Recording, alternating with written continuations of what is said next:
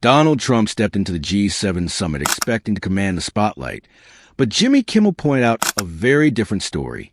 Arriving late to a gathering of world leaders, Trump immediately criticized the meeting room and jokingly acted as if he were in charge, setting the tone for a moment that quickly drew attention for all the wrong reasons. Really well, totally dominates the late night, totally dominates. So I guess there's morons that they have at the end. Kimmel, what bad people? Thank you. You know, Donald, you've mentioned me the last 4 days. You mentioned me 3 times now in 4 days. I just want you to know, I'm thinking about you too, girl. Ridiculous enough. Listen to what Daddy Donald said on the way home from the G7. You do in Washington that you wouldn't do in Canada. Just be a little bit, I think, more well-versed. Not having to use telephones so much because I don't believe in telephones. One day after launching his own phone, he doesn't believe in telephones. And it said basically, he is the worst host of the history. He reads the whole thing. And then I think he said something like, ha, ha, ha. He thinks he bothers me or some crap like that. I said, he's one of the dumbest human beings ever. He should have listened to his wife. What a dope. Well, I just got a review, and has there ever been a worse host than Jimmy Kimmel at the Oscars? His opening was that of a less than average person trying too hard to be something which he is not and never can be.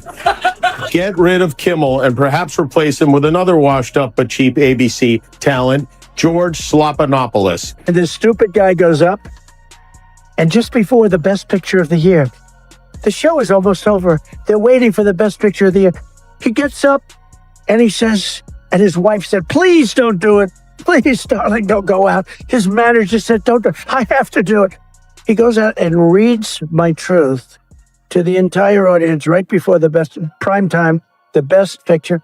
Biden is allowing people from prisons and jails.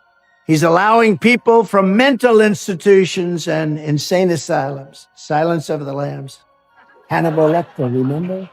If we remember Hannibal Lecter, we just have no idea what you're talking about. Said Trump wanted to show that he was the commander of a menacing enterprise, at which, in fairness to Pete Hegseth, it's hard to come off like Darth Vader when you're actually Darth Drafty Vader. And, you know, we learned from he's making a lot of money from his most recent financial disclosure that last year, Trump made more than $600 million from his crypto, from his golf clubs, from his Bibles, his guitars, his licensing fees. I've watched some of the people that host. Jimmy Kimmel was horrible.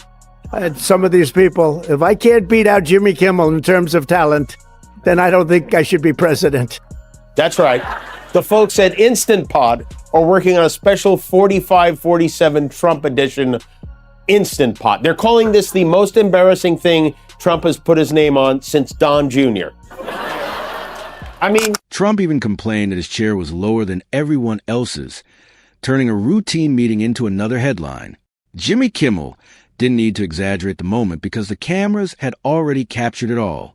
His monologue replayed Trump's late arrival, awkward entrance, and confident attitude, as if the entire room should immediately adjust to him. The audience laughed even harder when Kimmel pointed out that the other world leaders had already been waiting. When Trump struggled with his seat, Canadian Prime Minister Mark Carney eventually offered him his own, prompting Kimmel to compare the scene to adults trying to calm a difficult dinner guest. But the most memorable moment came after the official group photo.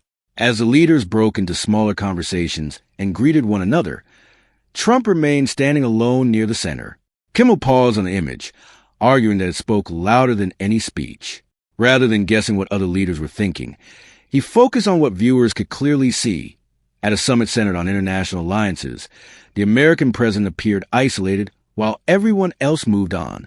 Kimmel then shifted to Trump's comment about the Iran deal, highlighting the contradiction of calling it a strong agreement while admitting that no one seemed to know exactly what the deal contained, making the irony impossible to ignore.